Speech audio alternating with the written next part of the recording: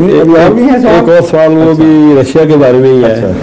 وہ یہ کہ جو اب موجودہ دور میں جو رشیا میں تبدیلیاں ہو رہی ہیں اس کے بارے میں مغربی ذرائع ابلاغ یا یہاں کے یا دنیا کے جو ذرائع ابلاغ ہیں وہ عموماً یہ کہہ رہے ہیں کہ اس سے مغربی یورپ کو خاص طور پہ مالی طور پہ کافی فائدہ ہوں گے. وہم ہیں، خوش فہمیاں ہیں.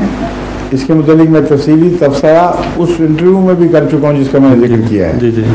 کہ روس میں کیا واقعہ گزرا ہے. جی جی. آیا اشتراکیت ناکام ہوئی ہے اور کیپٹلزم کامیاب ہوا ہے یا کچھ اور ہوا ہے؟ جی جی. اس پر میں نے تفصیلی روشنی ڈالی ہے. یہ ان کے فخر صرف چند دن کے ہیں. جی جی. حالات بہت زیادہ سنگین ہو جائیں گے کچھ سال کے اندر اندر. جی جی. وہ جنگ جو 2 بلاکوں کی تقسیم کی وجہ سے ٹل گئی تھی جی جی.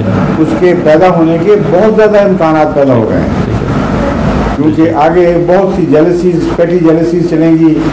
پری فرسٹ ورلڈ یورپ وجود میں آئے گا. جی جی.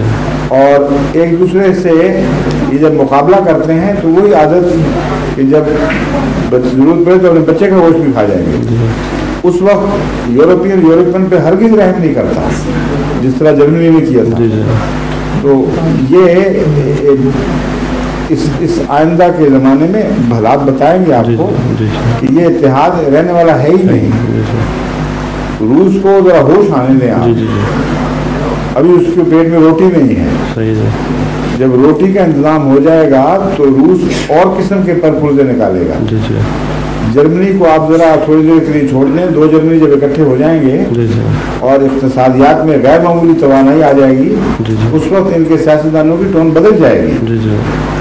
نیا نقشہ اس طرح خدا پیدا کر رہا ہے. بش نے نہیں بنانا، یہ تقدیر الہی نے بنانا ہے. سمجھ گئے؟ جی. بیٹھ جائیں آپ. شکریہ. السلام علیکم. Yes please. Yes you can come forward.